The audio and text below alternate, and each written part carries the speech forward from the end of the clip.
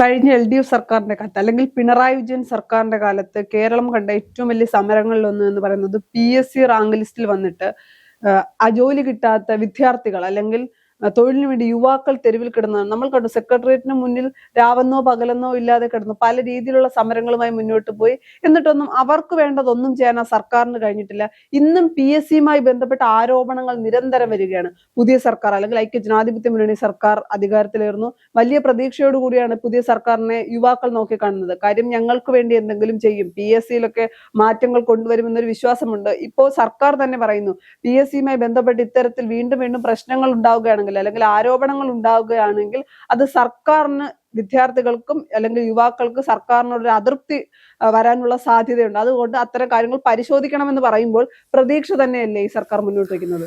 തീർച്ചയായും തിരുവനന്തപുരം നഗരത്തിൽ സെക്രട്ടേറിയറ്റിന് മുന്നിലടക്കം ഉദ്യോഗാർത്ഥികളുടെ നേതൃത്വത്തിൽ നിരവധിയായ സമരം കഴിഞ്ഞ 10 വർഷക്കാലം കേരളം കണ്ടതാണ്. കഴിഞ്ഞ 10 വർഷക്കാലം മാത്രമല്ല, മുൻ സർക്കാരുകളുടെ കാലത്തും പലപ്പോഴും ഉദ്യോഗാർത്ഥികൾക്ക് തെരുവിലിറങ്ങേണ്ടി വന്നിട്ടുണ്ട് എന്നൊരു യാഥാർത്ഥ്യമാണ്.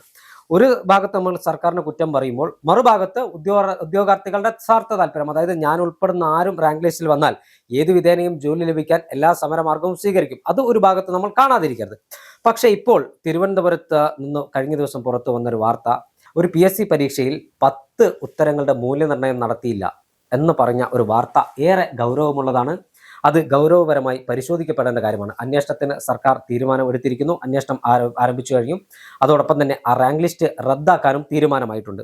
അതിൻ്റെ ഏറ്റവും വിരോധാഭാസം എന്തെന്ന് വെച്ചാൽ, ഈ പരീക്ഷ എഴുതിയ ഒരു ഉദ്യോഗാർത്ഥി, ആലപ്പുഴ സ്വദേശിയായ ഒരു ഉദ്യോഗാർത്ഥി ഈ ഉത്തരക്കടലാസിന്റെ പകർപ്പ് വിവരാവകാശ പ്രകാരം ആവശ്യപ്പെട്ടപ്പോൾ 1 വർഷമാണ് PSC ആ ഉത്തരക്കടലാസ് നൽകാതെ ആ ഉദ്യോഗാർത്ഥിയെ പറ്റിച്ചുകൊണ്ട് മുന്നോട്ട് പോയത്. അത് നൽകാതിരുന്നത് കളവ് ചെയ്തു എന്നതിൻ്റെ ബാക്കി പത്രമായി നമുക്ക് വിലയിരുത്താൻ സാധിക്കും. എന്തായാലും പോലീസ് അന്വേഷണത്തിലൂടെ ഇതുമായി ബന്ധപ്പെട്ട കൃത്യമായ വിവരങ്ങൾ പുറത്തു വരരുത്. കുറ്റക്കാരായ ആരും ഇനി ആ സ്ഥാനത്തിരിക്കാൻ യോഗ്യരല്ല എന്ന കാര്യത്തിൽ തർക്കവുമില്ല. ഒന്നാം പിണറായി സർക്കാരിൻ്റെ കാലത്ത് കേരളം കണ്ട ഏറ്റവും വലിയ PSC പരീക്ഷ തട്ടിപ്പ് വലിയ ചർച്ചയായിരുന്നു. പോലീസ് കോൺസ്റ്റബിൾ ടെസ്റ്റിൽ പരീക്ഷ എഴുതിയ തിരുവനന്തപുരം യൂണിവേഴ്സിറ്റി കോളേജിലെ SFIക്കാരായിരുന്ന ശിവരഞ്ജിത്തും നസീം എന്ന് പറയുന്ന ചെറുപ്പക്കാർ ആധുനിക സാങ്കേതിക വിദ്യയുടെ എല്ലാ സാധ്യതകളും ഉപയോഗിച്ച് പരീക്ഷ കോപ്പിയടിച്ചത് പിന്നീട് കണ്ടെത്തുകയും ആ റാങ്ക് ലിസ്റ്റിൽ നിന്ന് ഇവരെ മാറ്റുന്ന സാഹചര്യമൊക്കെ ഉണ്ടായി. പക്ഷേ പിന്നീട് പലരും പറഞ്ഞത് നിരവധി ആളുകൾ ഇത്തരത്തിൽ കോപ്പിയടിച്ച് ജോലിക്ക് കയറിയിട്ടുണ്ട് എന്നെല്ലാം വാർത്തകൾ വന്നിരുന്നു. എന്തായാലും അത് സംബന്ധിച്ച അന്വേഷണം ഈ സർക്കാർ നടത്തുമെന്ന് നമുക്ക് കണ്ടറിയാം. PSC എന്ന് പറഞ്ഞാൽ, കേരള PSC എന്ന് പറഞ്ഞാൽ കേരളത്തിലെ ലക്ഷോപലക്ഷം ഉദ്യോഗാർത്ഥികളുടെ ആശ്രയവും പ്രതീക്ഷയുമാണ്. കാരണം ഡിഗ്രി കഴിഞ്ഞവരും പ്ലസ് 2 കഴിഞ്ഞവരും പോളിടെക്നിക് കഴിഞ്ഞവരൊക്കെ PSC സർക്കാർ ജോലി എന്ന സ്വപ്നവുമായി അവർ രാവ് പകലാക്കി PSC കോച്ചിങ് സെൻ്ററുകളിൽ പോയിന്ന് ആയിരക്കണക്കിന് രൂപ നൽകി പഠിച്ച് പരീക്ഷ എഴുതി റാങ്ക് ലിസ്റ്റിലെത്തി സർക്കാർ ജോലി സ്വപ്നം കാണുന്ന കുട്ടികളോട്, ഉദ്യോഗാർത്ഥികളോട് സർക്കാർ മാന്യമായ സമീപനം സ്വീകരിക്കണം. അത്തരത്തിൽ മാന്യമായ സമീപനം സ്വീകരിക്കാത്തതിൻ്റെ ഒരു തിരിച്ചടി കൂടി കഴിഞ്ഞ ഇടതുപക്ഷ സർക്കാരിന് ലഭിച്ചു എന്നാണ് എൻ്റെ വിശ്വാസം. കാരണം പോലീസ് ലിസ്റ്റിൽപ്പെട്ട ഉദ്യോഗാർത്ഥികൾ തിരുവനന്തപുരത്ത് നടത്തിയ സമരം, അതിനോട് സർക്കാർ മുഖം തിരിഞ്ഞു നിന്നത് എല്ലാം കേരളം കണ്ടതാണ്. എന്തായാലും ഉദ്യോഗാർത്ഥികൾ കേരളത്തിൻ്റെ ഭാവി വാഗ്ദാനങ്ങളാണ്, അല്ലെങ്കിൽ നാളുകളിൽ കേരളത്തിൻ്റെ ഭരണചക്രം നിയന്ത്രിക്കേണ്ട ആളുകളാണ് എന്നതിൽ ഒരു തർക്കവുമില്ല. അത്തരം ആളുകളെ പരിഗണിക്കാൻ അല്ലെങ്കിൽ അത്തരം ആളുകൾക്ക് ആശ്വാസമാകുന്ന പ്രവർത്തികളുമായി സർക്കാർ മുന്നോട്ട് പോയാൽ അവർക്ക് ആ സർക്കാരിന് കേരളത്തിൻ്റെ പിന്തുണ ലഭിക്കും, കയ്യടി ലഭിക്കുമെന്ന കാര്യത്തിൽ ഒരു തർക്കവുമില്ല. കാരണം PSC പരീക്ഷാ തട്ടിപ്പുമായി ബന്ധപ്പെട്ട് കഴിഞ്ഞ സർക്കാർ നടത്തിയ അഴകുഴമ്പൻ നിലപാട് അത് വലിയ വിമർശനങ്ങൾക്ക് ഇടയാക്കിയിരുന്നു. അതിനുശേഷം ഒരു സർക്കാർ ഇറങ്ങുന്നതിൻ്റെ തൊട്ട് മുമ്പ് 2 പേരെ SI പരീക്ഷയൊന്നും എഴുതാതെ അവരെ നേരിട്ട് സെലക്ഷൻ കൊടുക്കുന്ന ഒരു സാഹചര്യം ഉണ്ടായിരുന്നു. 2 ബോഡി ബിൽഡേഴ്സിനെ, അത് CPMൻ്റെ ആളുകളാണ്.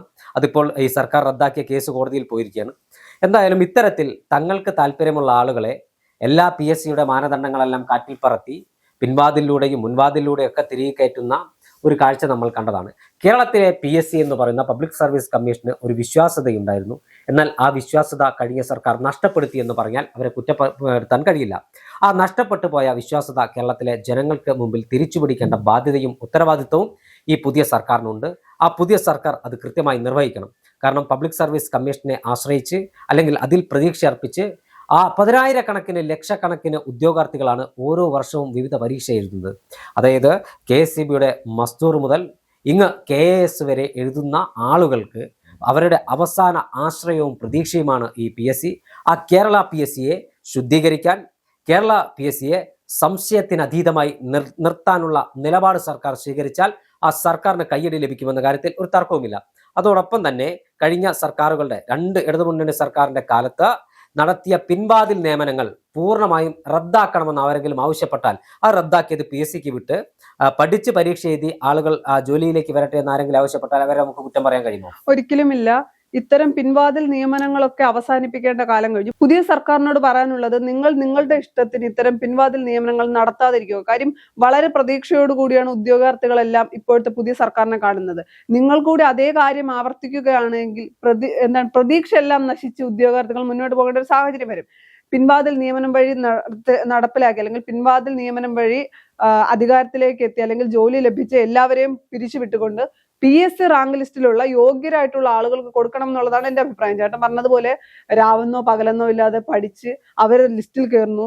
ലിസ്റ്റിൽ കയറിയിട്ട് പിന്നീട് ആ ലിസ്റ്റിൽ വരുമ്പോൾ സ്വാഭാവികമായ ഒരു ആശ്വാസമാണ്, ഞങ്ങൾ ലിസ്റ്റിലുണ്ട് എന്ന് പറയുകയും പിന്നീട് അവരെ വിളിക്കാതെ മറ്റേ പാർട്ടിക്കാർക്ക് ഇഷ്ടപ്പെട്ട അല്ലെങ്കിൽ മുന്നണിക്ക് ഇഷ്ടപ്പെട്ട ആളുകൾക്ക് ആ ജോലി നൽകുന്നത് വലിയ വഞ്ചന തന്നെയാണ്. അതൊരിക്കലും അംഗീകരിക്കാൻ കഴിയുന്ന കാര്യമല്ല.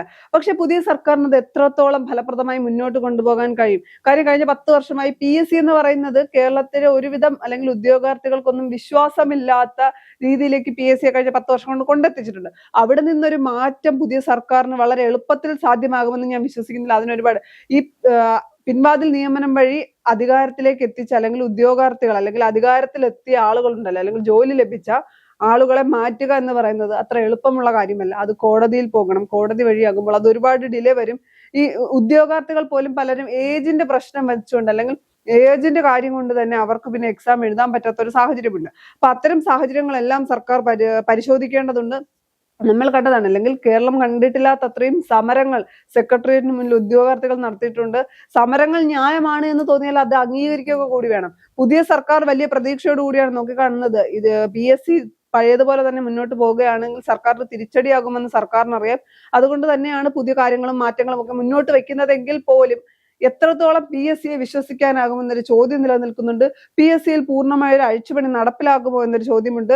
പിൻവാതിൽ നിയമനം വഴി ജോലി ലഭിച്ചവരെയൊക്കെ പുറത്താക്കുക എന്ന് പറയുന്നത് അത്ര എളുപ്പമാണോ? അവിടെ യഥാർത്ഥ ആളുകൾക്ക് അല്ലെങ്കിൽ യഥാർത്ഥത്തിൽ അവകാശികൾ അല്ലെങ്കിൽ യഥാർത്ഥത്തിലെ പരീക്ഷ എഴുതി ലിസ്റ്റിൽ വന്നവർക്ക് കിട്ടുമോ എന്നൊരു ചോദ്യമൊക്കെ നിലനിൽക്കുന്നുണ്ട്. ഇതൊന്നും അത്ര എളുപ്പമല്ല സർക്കാരിന്. എന്നാൽ പക്ഷെ സർക്കാരിലുള്ള പ്രതീക്ഷ അല്ലെങ്കിൽ പല വിഷയങ്ങൾ പറയുമ്പോൾ 1 മാസത്തിനിപ്പുറം അല്ലെങ്കിൽ 1.5 മാസത്തിൽ സർക്കാർ വലിയ ജനങ്ങൾക്ക് ഇഷ്ടപ്പെടുന്ന ജനഹിതം അനുസരിച്ച് മുന്നോട്ട് പോകുന്ന സർക്കാർ ആണെന്ന് പറയുമ്പോൾ പോലും PSC പോലുള്ള വിഷയങ്ങളിൽ സർക്കാരിന്റെ കൈ പൊള്ളിയാൽ തീരാവുന്നതേ ഉള്ളൂ ജനഹിത സർക്കാർ എന്ന് പറയുന്നത്. അതുകൊണ്ട് PSCയുമായി ബന്ധപ്പെട്ട് എടുക്കുന്ന നിലപാട് അത്രത്തോളം ഉറച്ച നിലപാടായിരിക്കണം.